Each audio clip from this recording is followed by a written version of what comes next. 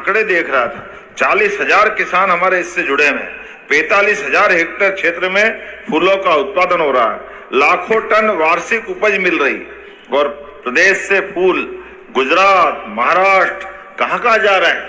जोरदार अभिनंदन करें। अब तो विदेश में भी भेजने वाले।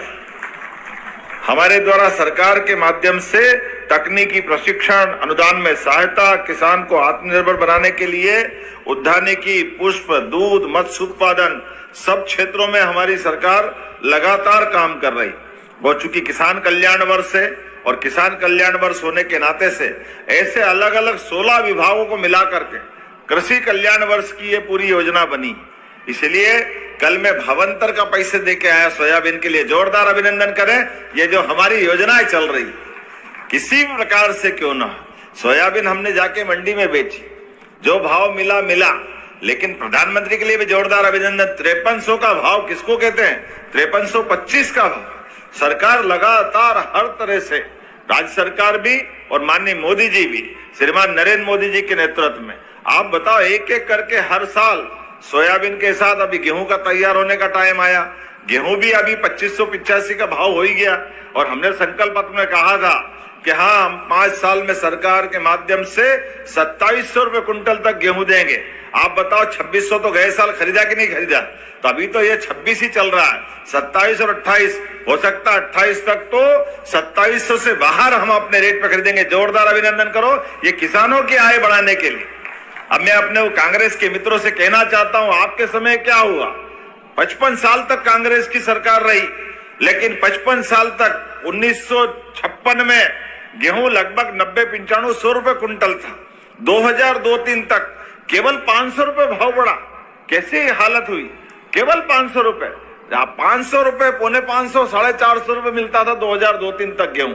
और आज सरकार के माध्यम से बीते साल ही 2600 रुपए कुंटल। कहां 55 साल में 500 में 400 का योगदान उनका, और कहां 20 साल में 2002-03 से साध्वी उमा भारती, बाबूलाल गौर, शिवराज सिंह जी और हमारी सरकार के माध्यम से लगभग 2100 रुपए कुंटल का भाव बढ़ाया। जोरदार अभिनंदन करें। ये हमारे काम करने का तरीका है। खाली जवानी जमा खर्च नहीं करते, झूठ नहीं बोलते, चाहे जो लपर लपर करते। पता नहीं कांग्रेस के लोगों को क्या हो जाता है, कैसी जीवान और कैसी बात करते। कहा वो एक किसान की बारिश के कारण से आत्महत्या कर ली। मेरे को टेंशन हुआ, फोन लगाया कलेक्टर से, भैया जानकारी निकालो। कलेक्टर गए, उन्हें बारिश और ओले से उनकी आत्महत्या हो गई। मैं जाके मालूम पड़ा, एक बूंद पानी भी नहीं गिरा। बर्फ तो गिरने का सवाल ही नहीं उठता।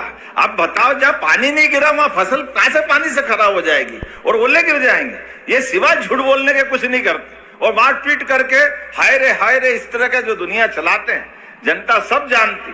इसलिए पूरे देश से धीरे धीरे करके कांग्रेस गायब हो रही, और ऐसी हालत रही तो वास्तव में कांग्रेस पार्टी के कार्यालय पे ताला ही लगेगा। कोई उनको ढूंढने वाला नहीं मिलेगा, कोई पहचानने वाला नहीं मिलेगा। जन कल्याणकारी योजनाओं को लेके चलने के लिए हाँ, विरोध करो, सकारात्मक विरोध करो, सही बात करो।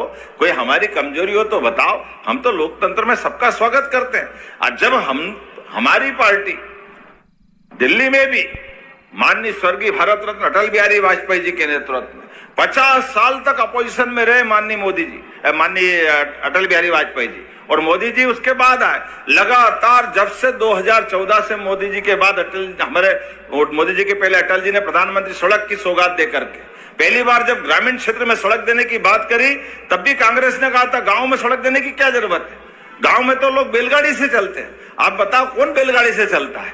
और बैलगाड़ी से चलता तो देश का ये वर्तमान में गांव आधारित पूरा अर्थतंत्र है, कृषि तंत्र है। ये हमारे राज्य की, देश की प्रगति कैसे होती? जोरदार अभिनंदन माननीय स्वर्गीय अटल बिहारी वाजपेयी जी के लेकर, और माननीय मोदी जी के लिए तो और जोर से ताली बजाओ। उनके अपने काम के आधार पर उन्होंने किसी भी देश के आगे यहाँ के किसानों के कल्याण में कोई कॉम्प्रोमाइज नहीं किया। उन्होंने कहा हमारे किसानों की आय, उनकी फसल का उत्पादन, उनकी अपनी स्वाधीनता और देश की अर्थव्यवस्था, इस मामले में कोई बड़े से बड़ा देश भी हो, उनने कोई समझौता नहीं किया और डट करके मुकाबला किया कि हमारे राज्य के और देश के किसानों के लिए, उनके कृषि उत्पादन के सभी प्रकार की फसलों के लिए कोई किसी प्रकार का निर्यात आयात नहीं कराएंगे। हाँ, हमारे यहाँ की फसलों का निर्यात होना चाहिए, हमारे किसानों के आय को लेकर कोई कठिनाई नहीं होना चाहिए। मैं आज के इस अवसर पर जब ये पुष्पों की प्रदर्शनी की तरफ बात तो किसान साथियों, आप लोग मध्य प्रदेश मुख्यमंत्री मोहन यादव जी के भाषण सुन रहे हैं। और दोस्तों, मोहन यादव जी ने आज जितने भी किसान हैं, मजदूर हैं, महिला हैं, बेरोजगार युवा साथी हैं, इनको दोस्तों बड़ी सौगातें दी है। और दोस्तों 2026 को दोस्तों किसान कल्याण वर्ष घोषित कर चुके हैं। इसमें दोस्तों लगातार किसान है, गरीब परिवार है, महिला, इन सभी के हितों पर ही दोस्तों काम कर रहे हैं। वही दोस्तों किसानों की बात करें तो किसानों के हित में लगातार काम भी कर रहे हैं। जैसे सिंचाई की पूरी व्यवस्था करा रहे हैं, सोलर पंप दिए जा रहे हैं, सिंचाई की पूरी व्यवस्था करा रहे हैं किसानों को। साथ में किसानों के खेत तक पानी पहुंचाने के लिए दोस्तों इसमें पाइपलाइन भी बिछवाने का काम कर रहे हैं। वही दोस्तों इसमें फसल बीमा योजना जैसे भी लाभ पहुंचाने के लिए लगातार काम कर रहे हैं। वही दोस्तों सबसे तेज़ी इसमें काम करें तो दोस्तों बात करें काम की तो दोस्तों सबसे ज़्यादा किसानों को सिंचाई की व्यवस्था की जा रही है। नारों से किसानों के खेत तक पानी पहुंचाने के लिए लगातार काम कर रहे हैं। और खाद बीज पर्याप्त मात्रा में उपलब्ध करा रहे हैं किसानों को। और फसल बीमा योजना जैसे भी लाभ किसानों को पहुंचाने के लिए लगातार काम किए जा रहे हैं साथियों।